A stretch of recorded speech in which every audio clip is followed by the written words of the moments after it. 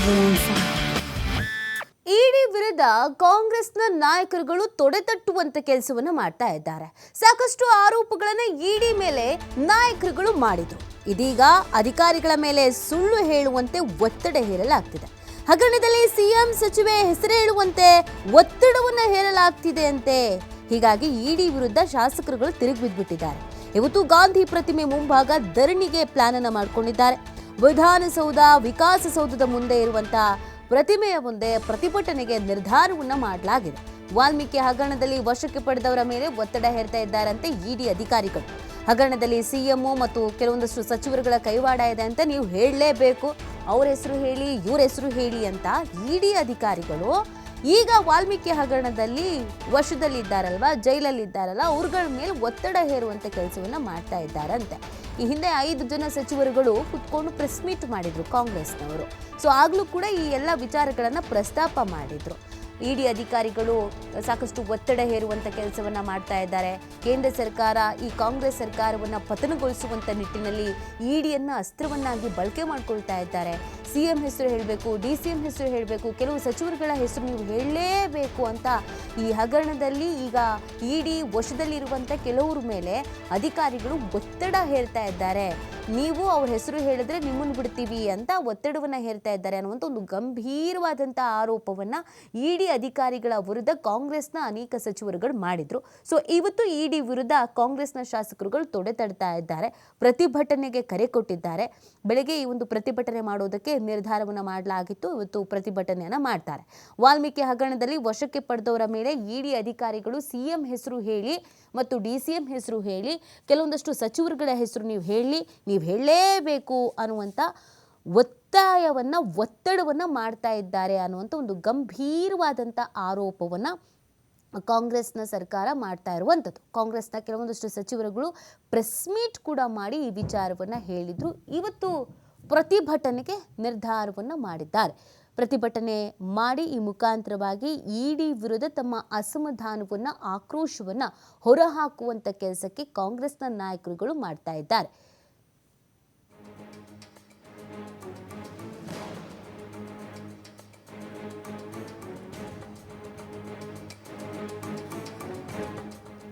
ಇವಾಗ ಮತ್ತಷ್ಟು ಮಾಹಿತಿನ ನೀಡ್ತಾರೆ ನಮ್ಮ ಪ್ರತಿನಿಧಿ ಶಿವಕುಮಾರ್. ಈ ಹಿಂದೆ ಪ್ರೆಸ್ ಮೀಟ್ ಮಾಡಿ ಸಚಿವರುಗಳು ಒಂದಷ್ಟು ಆರೋಪ ಮಾಡಿದ್ರು ಇಡಿ ವಿರುದ್ಧ.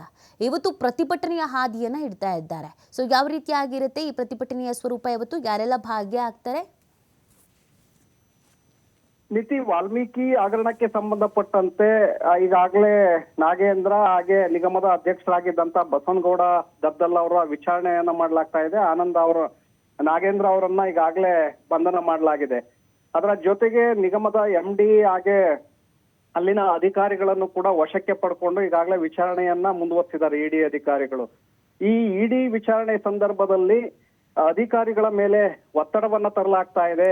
ಮುಖ್ಯಮಂತ್ರಿಗಳ ಹೆಸರನ್ನ ಹೇಳಬೇಕು, ಸಚಿವರ ಹೆಸರು ಇದರಲ್ಲಿ ಇನ್ವಾಲ್ವ್ ಆಗಿದೆ, ಅವರು ಕೂಡ ಹಗರಣದಲ್ಲಿ ಭಾಗಿಯಾಗಿದ್ದಾರೆ ಅನ್ನುವಂತ ವಿಚಾರಗಳನ್ನ ನೀವು ಹೇಳ್ಬೇಕು ಇಲ್ಲಿ ಅನ್ನುವಂತ ಸುಳ್ಳುಗಳನ್ನ ಹೇಳುವಂತೆ ಇಡಿ ಅಧಿಕಾರಿಗಳು ಧಮಕಿಯನ್ನ ಹಾಕ್ತಾ ಇದ್ದಾರೆ ಅನ್ನುವಂತಹ ಆರೋಪಗಳನ್ನ ಈಗಾಗಲೇ ಕಾಂಗ್ರೆಸ್ ಸಚಿವರು ಸುದ್ದಿಗೋಷ್ಠಿಯನ್ನ ಮಾಡಿ ಬಹಿರಂಗ ಮಾಡಿದ್ರು.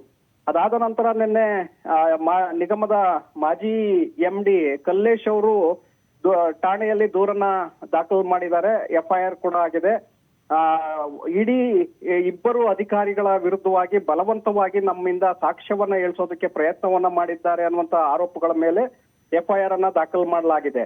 ಸೊ ಆ ವಿಚಾರವನ್ನ ಮುಂದಿಟ್ಕೊಂಡು ಇವತ್ತು ಕಾಂಗ್ರೆಸ್ ಶಾಸಕರು ಧರಣಿಯನ್ನ ಮಾಡ್ತಾ ಇದ್ದಾರೆ. ವಿಧಾನಸೌಧ ವಿಕಾಸಸೌಧ ಮಧ್ಯೆ ಇರುವಂತ ಗಾಂಧಿ ಪ್ರತಿಮೆ ಮುಂಭಾಗ ಬೆಳಗ್ಗೆ 9:30ಕ್ಕೆ ಪ್ರತಿಭಟನೆಯನ್ನ ಕರೆದಿದ್ದಾರೆ. ಪ್ರತಿಭಟನೆಯ ಮೂಲಕ ಕೇಂದ್ರ ಸರ್ಕಾರ ಹಾಗೆ ಇಡಿ ವಿರುದ್ಧವಾಗಿ ಆಕ್ರೋಶವನ್ನ ವ್ಯಕ್ತಪಡಿಸುವಂತ ಸಾಧ್ಯತೆಗಳು ಕೂಡ ಇದೆ. ಅದರ ಜೊತೆಗೆ ಸಚಿವರು ಸುದ್ದಿಗೋಷ್ಠಿ ಮಾಡುವಂತ ಸಂದರ್ಭದಲ್ಲೇ ನಾವು ಕಾನೂನು ಹೋರಾಟವನ್ನು ಕೂಡ ಮಾಡ್ತೇವೆ ಅನ್ನುವಂತ ಮಾತನ್ನ ಹೇಳಿದ್ರು. ಹಾಗಾಗಿ ಈಗ ಮೊದಲ ಹಂತವಾಗಿ ಪ್ರತಿಭಟನೆಯ ಮೂಲಕ ಇಡಿ ಮಾಡ್ತಾ ಇರುವಂತಹ ಒಂದು ಒತ್ತಡ ಏನಿದೆ, ಸುಳ್ಳು ಸಾಕ್ಷ್ಯಗಳನ್ನ ಹೇಳಿಸುವಂತ ಒಂದು ಒತ್ತಡದ ಆರೋಪಗಳೇನಿದೆ ಅದರ ವಿರುದ್ಧವಾಗಿ ಇವತ್ತು ಆಕ್ರೋಶವನ್ನ ಹೊರ ಹಾಕಲಿದ್ದಾರೆ. ಇದರ ಮೇಲೆ ಕೇಂದ್ರ ಸರ್ಕಾರ ಕೂಡ ಪ್ರಭಾವವನ್ನ ಬೀರ್ತಾ ಇದೆ. ಮುಖ್ಯಮಂತ್ರಿಗಳು ಸಚಿವರ ಹೆಸರನ್ನ ಹೇಳಿಸುವ ಮೂಲಕ ಸರ್ಕಾರಕ್ಕೆ ಮಸಿ ಬಳಿಯುವಂತ ಒಂದು ಪ್ರಯತ್ನವನ್ನ ಕೇಂದ್ರ ಸರ್ಕಾರ ಮಾಡ್ತಾ ಇದೆ ಅನ್ನುವಂತ ಕಾರಣಕ್ಕೆ ಕೇಂದ್ರ ಸರ್ಕಾರದ ವಿರುದ್ಧ ಕೂಡ ಇವತ್ತು ಕಾಂಗ್ರೆಸ್ ಶಾಸಕರು ಆಕ್ರೋಶವನ್ನು ವ್ಯಕ್ತಪಡಿಸಲಿದ್ದಾರೆ ನೀತಿ. ಓಕೆ, ಥ್ಯಾಂಕ್ ಯು ಶಿವಕುಮಾರ್ ತಮ್ಮೆಲ್ಲ ಡೀಟೇಲ್ಸ್ಗಾಗಿ.